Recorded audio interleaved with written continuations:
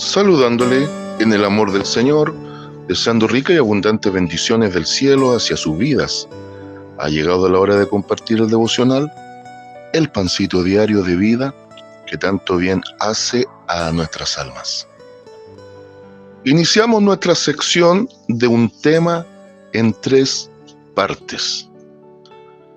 Y el tema de esta semana es la doctrina bíblica de la resurrección. Vamos a hablar de la resurrección de entre los muertos. Hoy vamos a plantear 2 preguntas y el devocional se va a basar en traer respuestas. ¿Qué es la resurrección? ¿En qué consiste la resurrección? Son las 2 grandes preguntas que vamos a responder por Biblia. Quiero que me acompañe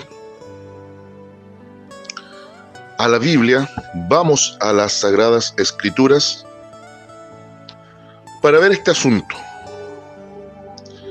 Primera a los Corintios, capítulo 15. Ahí vamos a tener nuestro fundamento,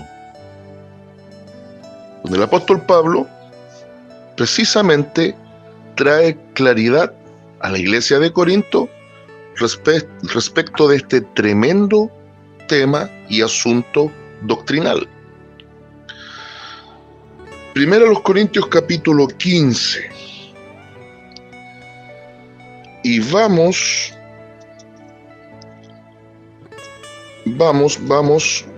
a ver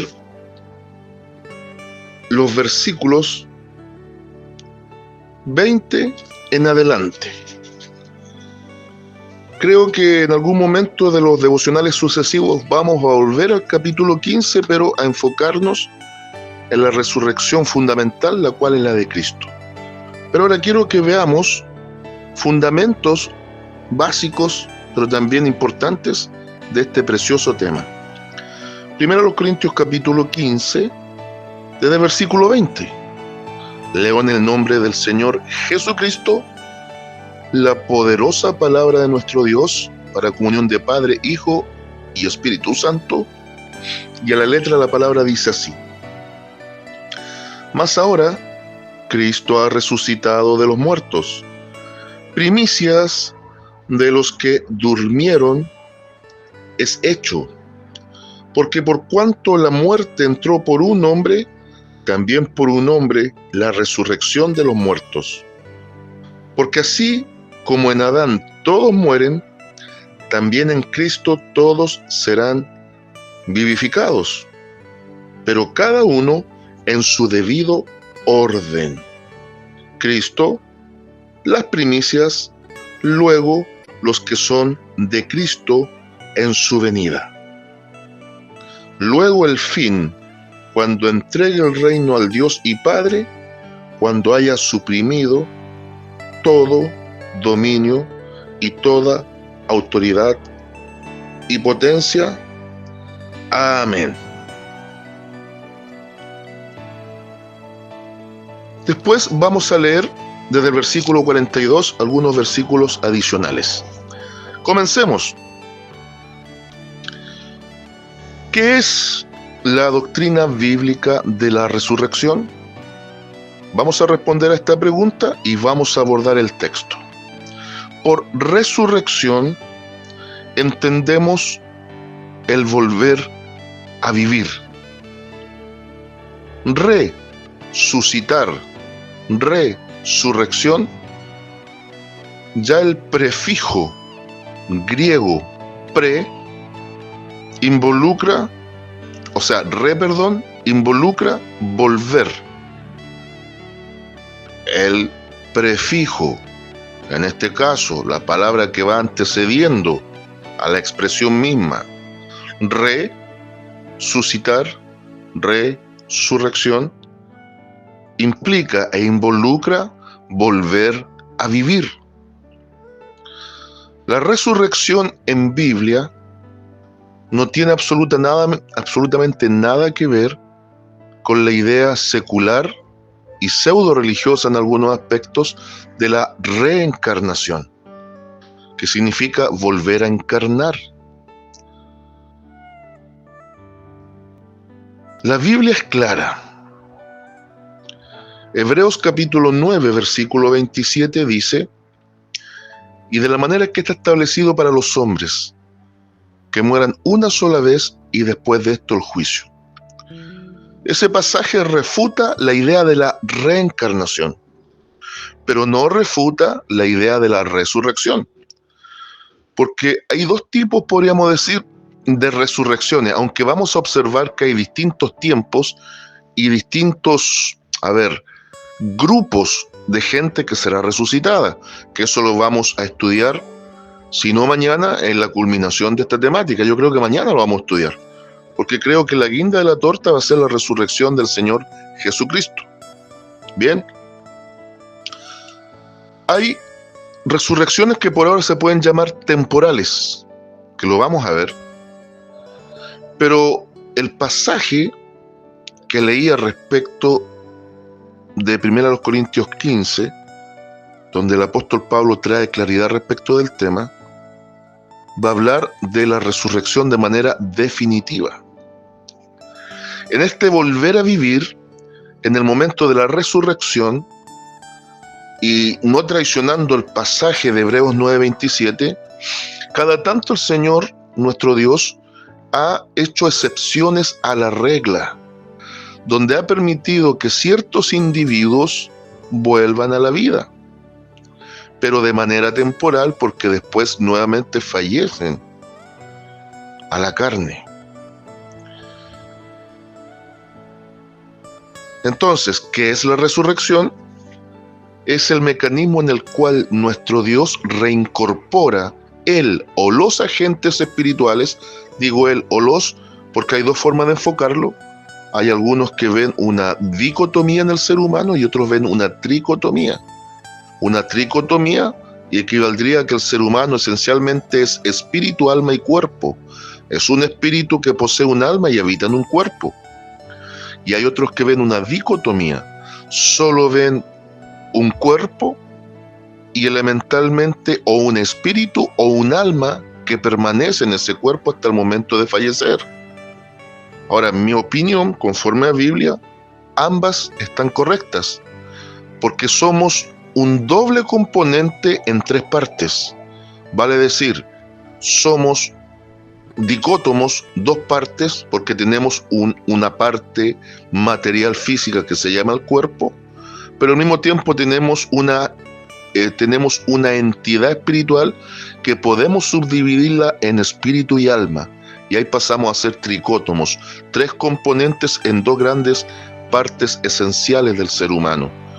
Por lo tanto, se hace conciliación entre las dos posturas.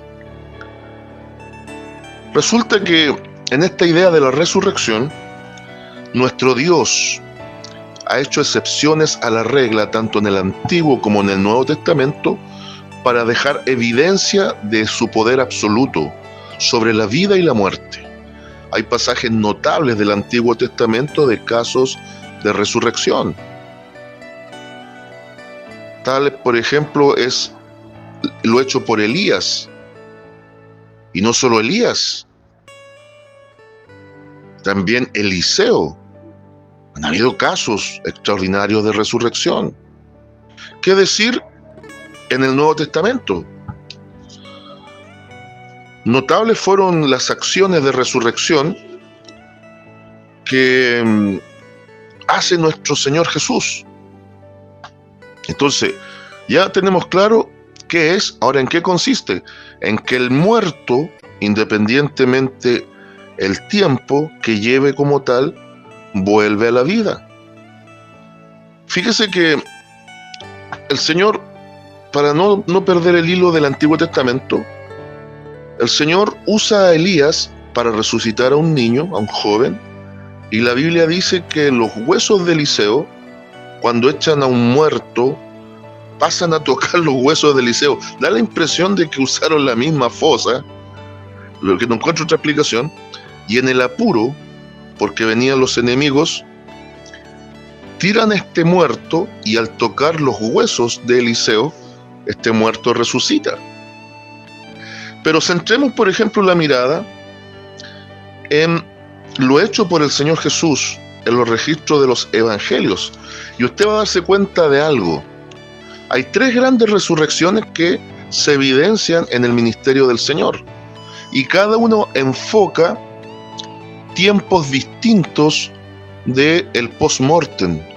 Palabras sencillas, cada una enfoca el tiempo de una muerte fresca, una muerte muy reciente, el tiempo de uno que ya lo van a ir a sepultar y el tiempo de uno que ya estaba putrefacto.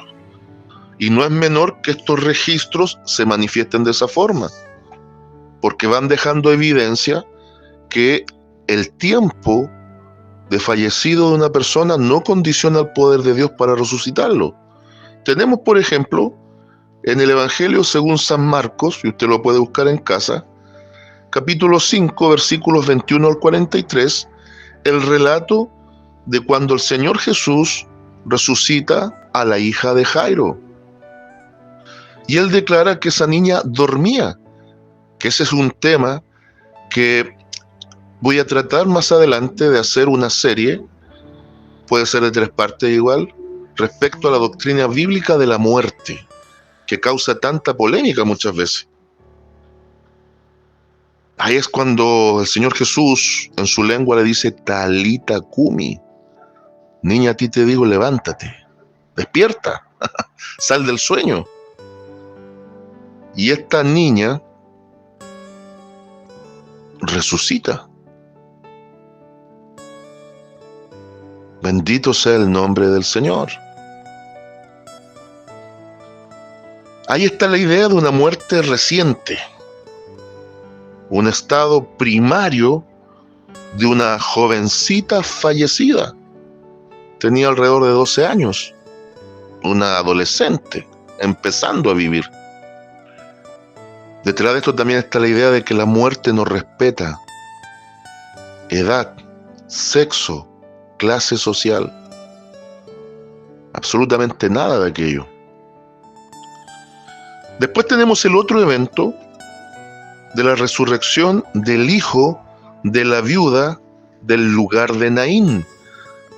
No se confunda, algunos piensan que esta era viuda de un esposo que se llamaba Naín. No.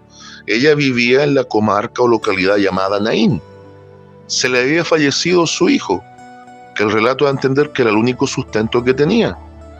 Doble pena para la mujer. Mujer viuda, desamparada de marido, y ahora se le muere el hijo, el único que la sustentaba. Y aquí viene el choque entre la muerte y la vida. Y aparece en la escena el único que puede vencer las garras de la muerte y reincorporar vida en un ser ya fallecido. Y es ahí donde el Señor Jesús, ahora a un joven, obviamente mayor en edad que esta niña, probablemente mayor de edad, que ya se había perdido la esperanza y lo llevaban al sepulcro, es resucitado. Fíjese, ahora ya no es una niña, es un joven varón, pero que no había muerto recién. Ya había pasado el tiempo del velatorio y lo estaban llevando a sepultar. ¿Y qué decir? Y esto lo encuentra, para que usted lo vea en casita, San Lucas capítulo 7, versículos 11 al 17. Pero ¿qué decir del milagro extraordinario de la resurrección de Lázaro, el amigo del Señor Jesús, en la localidad de Betania? Aquella comarca a la salida de Jerusalén, no más allá de 3 kilómetros de distancia. Meditábamos algo días atrás respecto de aquello, el golpe de fe en la resurrección de Lázaro, de Cristo hacia Marta.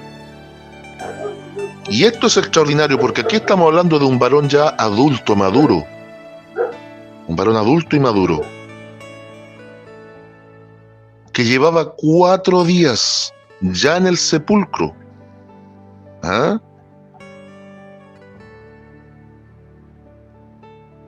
Ya estaba putrefacto. Era un muerto de 4 días. Y ya maloliente en el sepulcro. Y Cristo lo resucita. Y usted lo puede ver en casita, en el Evangelio según San Juan, capítulo 11, y todo su contexto, desde el 1 al 45. Pero mire lo interesante. Esto sí que es llamativo. 3 situaciones diferentes frente a un mismo hecho, la muerte.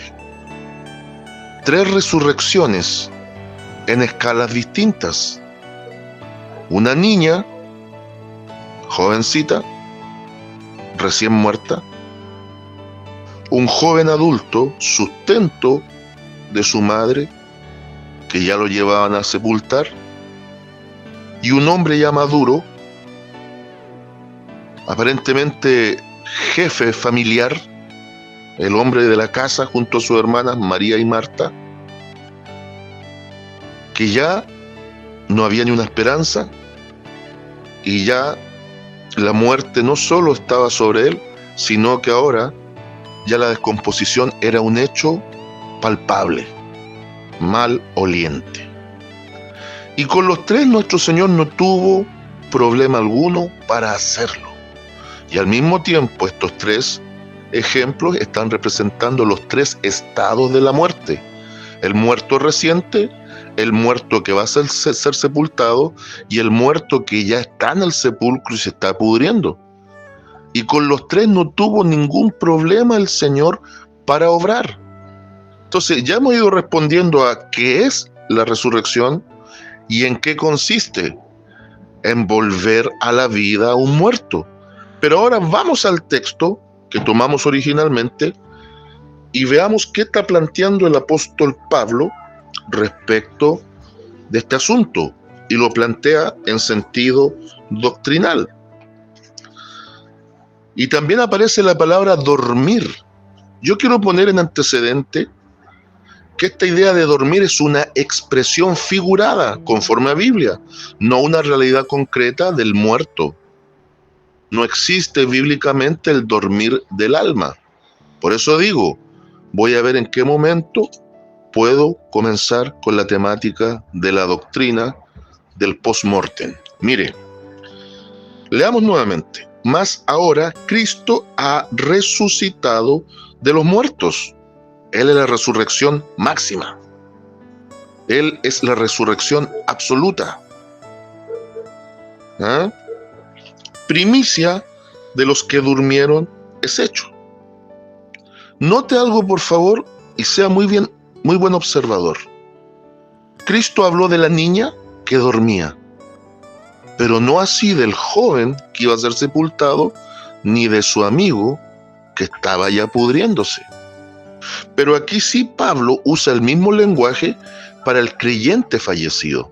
Entonces aquí hay un antecedente no menor que sirve para comenzar a producir la doctrina bíblica del no dormir del alma, en sentido literal, sino en sentido figurado.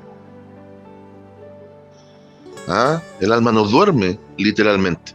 Entonces el dormir del alma tiene un sentido figurado.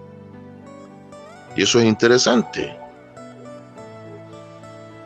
Cristo lo usa para una niña que latentemente todavía estaba en la etapa de la inocencia, empezando a dar sus primeros pasos, y los 12 años es clave, porque en el caso del Señor Jesús ya tenía razón de sí, y esta niña estaba empezando a tener razón de sí.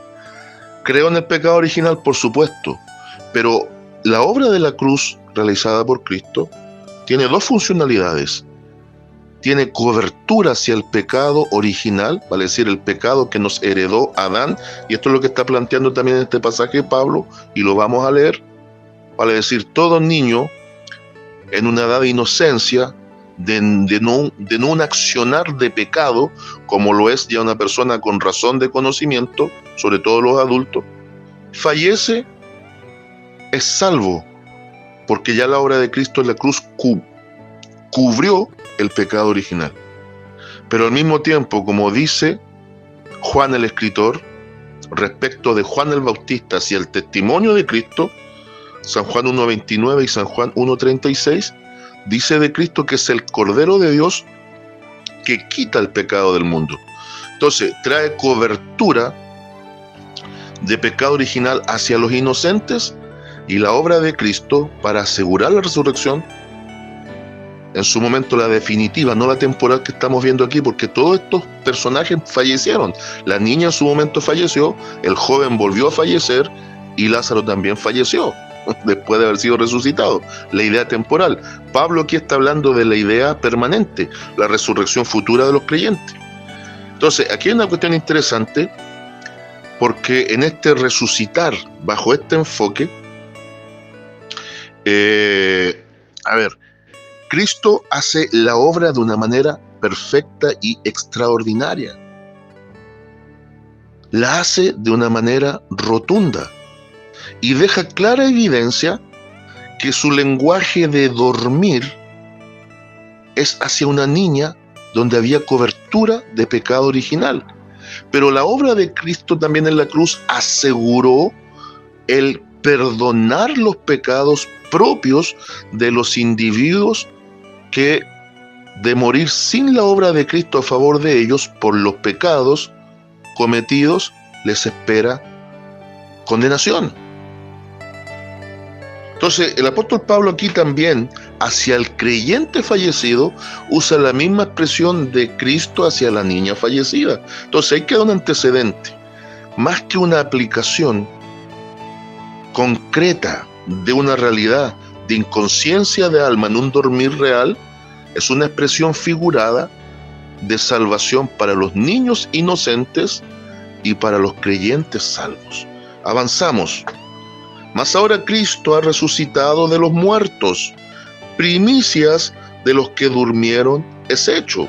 Primicias, es decir, Él es el primero, el que tiene la mayor relevancia, porque aunque hubo milagros a través de profetas en el Antiguo Testamento, no es el mismo enfoque de los milagros de resurrección hechos por Cristo en el Nuevo Testamento. Allá fueron hombres usados por Dios para resucitar muertos. Acá es el Dios hombre que resucitó a estas personas para dejar evidencia de esta realidad concreta, de que no solo hay vida después de la muerte, sino que hay posibilidad de volver a la vida en la carne y de ser resucitado. Obviamente que la resurrección temporal, la niña, el joven y Lázaro no recibieron cuerpos glorificados, porque eso tenemos que verlo a la luz también de lo que enseña Pablo, también en este pasaje, y es justamente con la idea de la resurrección futura, que esa va a ser permanente en la glorificación de los cuerpos. Romanos capítulo 8, versículos 28 al 30, plantea que el último proceso para la perfección en el creyente, y también lo estudiamos en la secuencia de la santificación, va a ser la glorificación, cuerpos glorificados. Avanzamos, mire. Porque por cuanto la muerte entró por un hombre, también por un hombre la resurrección de los muertos.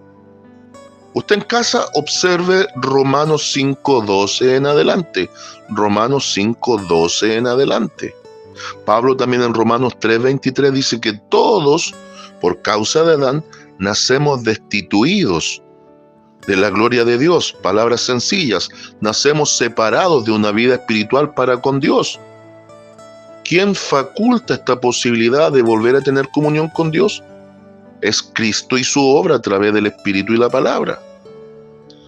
Así como la primera muerte del ser humano fue espiritual, lo primero que hace Dios es resucitarnos espiritualmente. Y eso asegura, en el caso del creyente, a futuro, cuando venga la resurrección permanente en la glorificación, que vamos a ser resucitados. Y eso es lo que está planteando Pablo aquí. Porque así como en Adán todos mueren, también en Cristo todos serán vivificados. Y aquí estamos respondiendo a qué es y en qué consiste. Nuevamente, la Biblia aquí a la resurrección de entre los muertos le llama ser vivificados. Palabras muy básicas. Volvemos a vivir. Eso es ser vivificado. ¿Y cómo va a ocurrir esto en el aspecto futuro? Cuando Cristo venga nuevamente por su iglesia. ¿Cómo ocurrió en los días de su ministerio? Por el poder inherente en él, de dar la orden de que los muertos resucitaran. Versículo 23. Pero cada uno en su debido orden. Cristo, las primicias.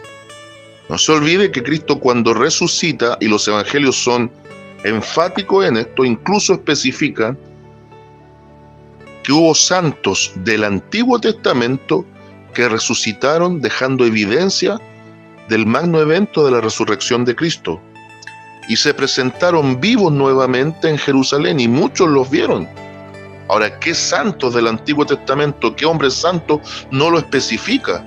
Podríamos especular mucho, pero probablemente más de alguno de los profetas del Antiguo Testamento se presentó vivo producto de la resurrección de Cristo. Por eso está la idea de Cristo, las primicias, en este caso ahí aplicaría las primicias. Luego los que son de Cristo, vale decir los muertos en Cristo, cuando en su venida, ¿cuál? La segunda, obviamente.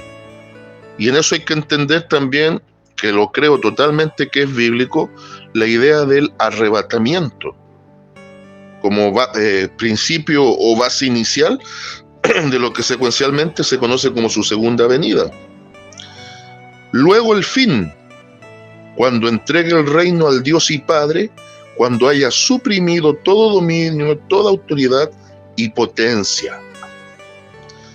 Porque preciso es que él reine hasta que haya puesto a todos sus enemigos debajo de sus pies. Y mucha atención aquí, que estoy leyendo otros versículos que no había leído en antes. Y el postrer enemigo que será destruido es la muerte. ¿Se fijan? Es una enemiga en algunos aspectos, y Pablo también presenta que es una aliada, porque Pablo declaró: para mí el vivir es Cristo y el morir es ganancia. En ese sentido, la muerte pasa a ser una aliada que nos lleva a la presencia de Dios. Vamos a leer para ya ir concluyendo esta primera parte, desde el versículo 40. Y vamos a leer hasta el versículo, yo creo que 53. Escucha atentamente, y casi no requiere exhortación, pero escúchalo atentamente. Y hay cuerpos celestiales y cuerpos terrenales, pero una es la gloria de los celestiales y otra la de los terrenales. Una es la gloria del sol, otra la gloria de la luna y otra la gloria de las estrellas, pues una estrella es diferente de otra en gloria. Así también, obviamente aquí está haciendo una ilustración el apóstol Pablo en base a los astros, pero ahora aplica esta idea frente a la resurrección. Así también es la resurrección de los muertos. Se siembra en corrupción, resucitará en incorrupción. Aquí está hablando de la resurrección definitiva, no la temporal, definitiva, la permanente, la glorificación del cuerpo de los creyentes, a diferencia de lo que hizo Cristo, que fue una evidencia para afirmar la doctrina de la resurrección y quedarse escrita en Biblia. Bien, ahora, muchísima atención también aquí. Dice: se siembra en deshonra, versículo 43, resucitará en gloria. Se siembra en debilidad, resucitará en poder. Se siembra cuerpo animal, resucitará cuerpo espiritual. Y no está diciendo un espíritu que no se pueda tocar, porque Cristo se lo demostró a Tomás en el Evangelio de Juan. Ya al cierre del Evangelio, dentro del contexto del capítulo 20, usted lo encuentra. Después reitera esta misma idea ya en el capítulo 21. Nótelo, por favor. Versículo 44. Se siembra cuerpo animal, resucitará cuerpo espiritual. Hay cuerpo animal y hay cuerpo espiritual. Está hablando de un cuerpo humano como tal, como el nuestro ahora, y presenta la idea de un cuerpo futuro semejante al cuerpo glorificado de Cristo. Así también está escrito: fue hecho el primer hombre, Adán, alma viviente, el postrer Adán, espíritu vivificante. En Adán vino la muerte, ahora en Cristo viene la vida eterna en base a la resurrección. Versículo 46. Mas lo espiritual no es primero, sino lo animal, luego lo espiritual. 47. El primer hombre es de la tierra terrenal, el segundo hombre, que es el Señor, es del cielo. Aquí está nuevamente haciendo el comparativo entre Adán y Cristo para explicar el tema de la resurrección, el cual es Cristo. Ahora bien, 48. ¿Cuál el terrenal? Tales también los terrenales. ¿Y cuál el celestial? Tales también los celestiales. Están los grupos de los de Adán, que van a morir muchos de ellos sin Cristo, y está el grupo de los de Cristo, que resucitarán de entre los muertos en cuerpos incorruptibles cuando Él vuelva. Y así como hemos, 49, traído la imagen del terrenal, porque traemos la herencia de Adán, traemos también la imagen del celestial, vale decir Cristo, a través de la incorporación del Espíritu Santo. Pero esto digo, hermanos, que la carne y la sangre no pueden heredar el reino de Dios, ni la corrupción hereda la incorrupción. Lógico. Y aquí ven algo extraordinario. He aquí os digo un misterio. No todos dormiremos, está hablando de los creyentes, ¿se fija? Pero todos seremos transformados. Los muertos en Cristo resucitan primero, y los vivos en el momento de el arrebatamiento para la glorificación son transformados sin sufrir muerte. En un momento, en un abrir y cerrar de ojos, a la final trompeta, porque se tocará la trompeta y los muertos serán resucitados incorruptibles, y nosotros seremos transformados, porque es necesario que esto corruptible se vista de incorrupción, y esto mortal se vista de inmortalidad. Eso es glorificación de cuerpos. Y cerramos por aquí. Y cuando esto corruptible se haya vestido de incorrupción, vale decir, en el momento de la glorificación, en la resurrección de entre los muertos en Cristo, y esto mortal se haya vestido de inmortalidad, entonces se cumplirá la palabra que está escrita: sorbida es la muerte en victoria. Ya se había dicho por pluma de Pablo que llegará el día que Cristo aniquilará a la muerte. Cristo Jesús matará a la muerte. Aleluya. Conclusión. La doctrina bíblica de la muerte establece distintas formas de resurrección. Ya lo estudiamos recién.